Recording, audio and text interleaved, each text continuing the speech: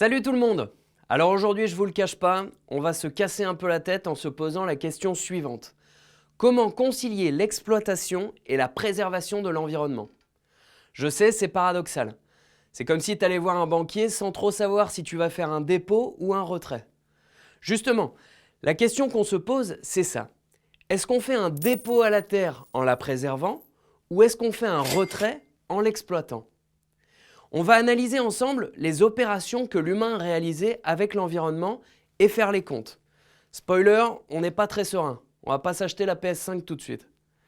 Parce que, comme avec un compte bancaire, il faut trouver le bon équilibre. Si tu fais que des retraits, tu te retrouves très vite dans le rouge.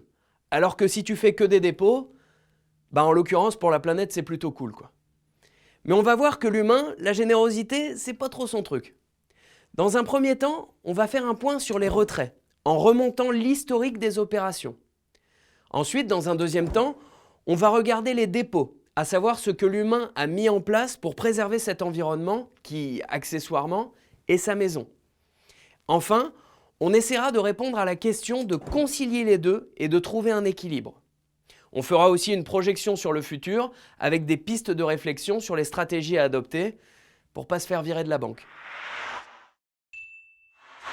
Partons tout d'abord d'un constat simple et implacable.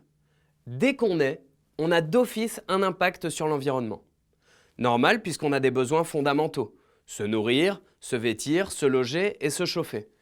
Et pour les assouvir, nous impactons notre environnement. C'est simple, basique. Bon, le souci c'est qu'avec le temps, cet impact s'est accentué. Remontons plus de 10 000 ans avant notre ère. C'est le début de la révolution néolithique, appelé l'âge de la pierre nouvelle. On l'appelle aussi âge de la pierre polie. Petite technique pour vous en rappeler, c'est une pierre qui dit tout le temps merci.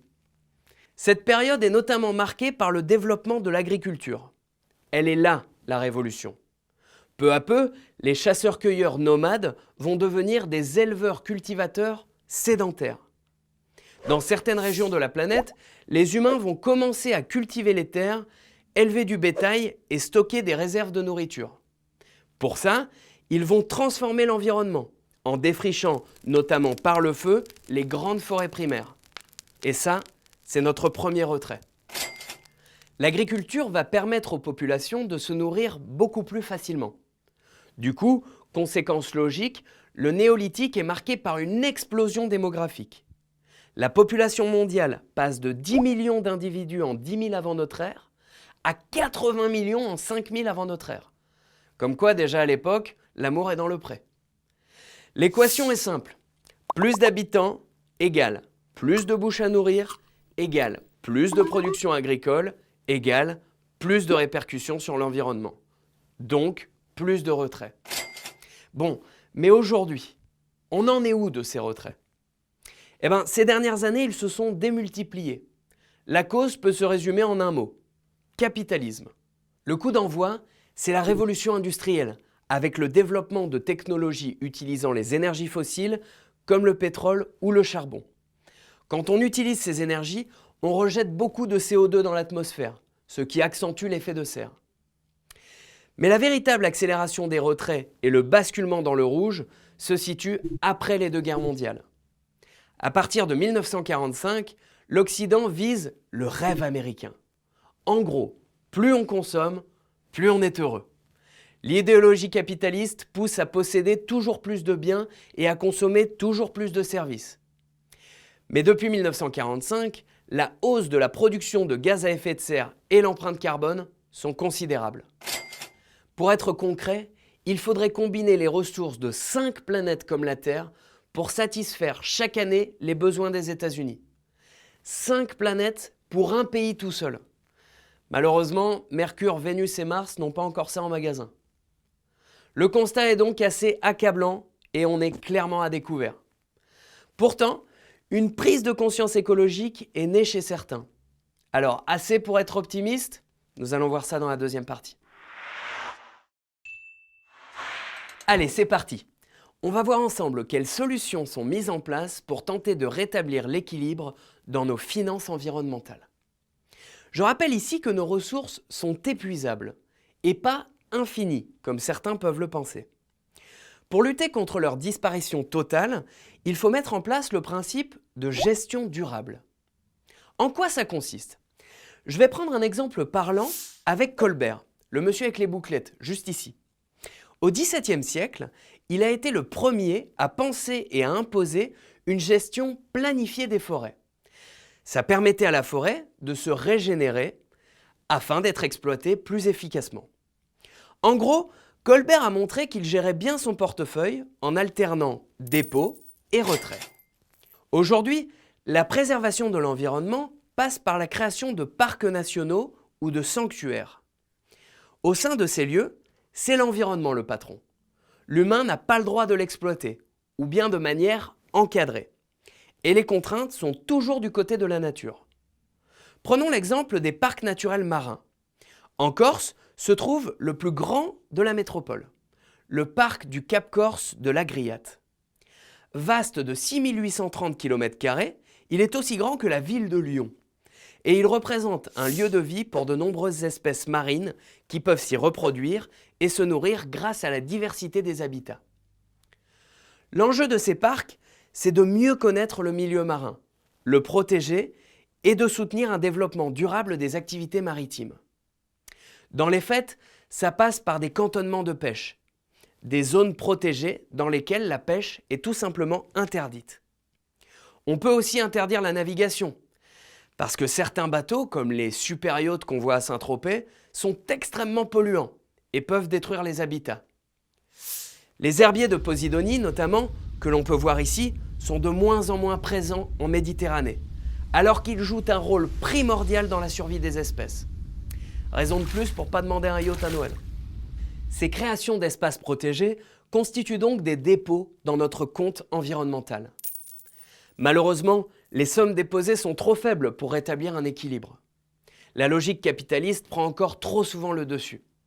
Comme sur l'île de Komodo, en Indonésie, qui devait être interdite aux touristes afin de protéger les varans, mais dont l'accès a seulement été restreint. Vous pouvez arrêter de venir chez moi, s'il vous plaît? Vous l'avez compris, nos finances sont officiellement dans le rouge. Et si une majeure partie des humains minimisent encore les conséquences de leurs activités sur notre environnement, d'autres commencent à se lever et à se battre pour rétablir l'équilibre, notamment les jeunes générations. L'exemple le plus marquant ces dernières années, c'est celui de Greta Thunberg. Alors qu'elle n'a que 15 ans, cette écolière se fait connaître en manifestant devant le Parlement suédois contre l'inaction des dirigeants face au changement climatique. S'ensuit le lancement de la grève scolaire pour le climat, mouvement qui se propage dans le monde entier.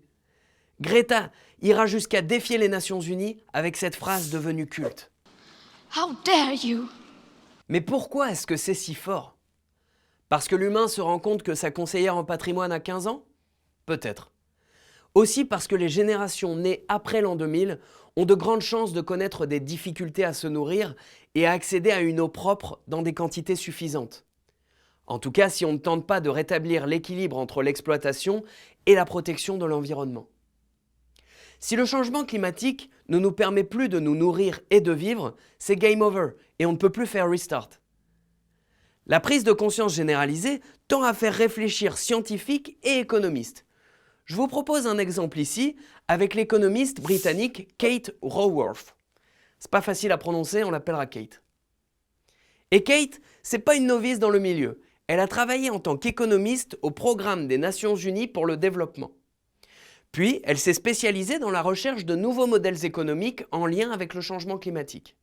En 2017, elle sort un essai intitulé « La théorie du donut », un ouvrage accessible et optimiste que je vous conseille. Alors, l'idée est la suivante. Hop! Sur la partie comestible du donut, juste ici, se trouve l'équilibre entre retrait et dépôt, entre protection et exploitation de l'environnement. C'est un espace sûr et juste pour l'humanité. À la limite du trou, on place un plancher social qui garantit à chacun l'accès aux choses primordiales pour vivre. L'eau, la nourriture, un travail, la santé, l'éducation, l'égalité des sexes, etc. En arrivant à l'extrémité de la partie comestible du donut, Kate place un plafond environnemental. Un panneau stop si vous préférez. Une limite au-delà de laquelle l'équilibre environnemental est dépassé et où nos retraits deviennent trop importants. En gros, quand il n'y a plus de donuts, il n'y a plus de donuts. Mais la prise de conscience de plus en plus globalisée et ces réflexions cherchant à intégrer l'environnement comme un point important dans le fonctionnement des sociétés humaines donnent des raisons d'être optimistes pour revenir à l'équilibre. Cependant, cette prise de conscience doit s'accompagner d'actions réelles pour pouvoir changer la donne. Je ne vous avais donc pas menti en introduction. On a abordé un sujet qui fait vriller. Concilier l'exploitation et la protection de l'environnement est décidément une tâche difficile, mais ô combien importante pour la survie de l'espèce humaine dans son habitat naturel.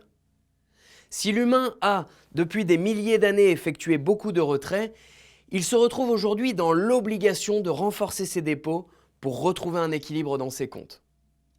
Si vous voulez approfondir le sujet, je vous invite à parcourir les fiches de cours. On se revoit très vite!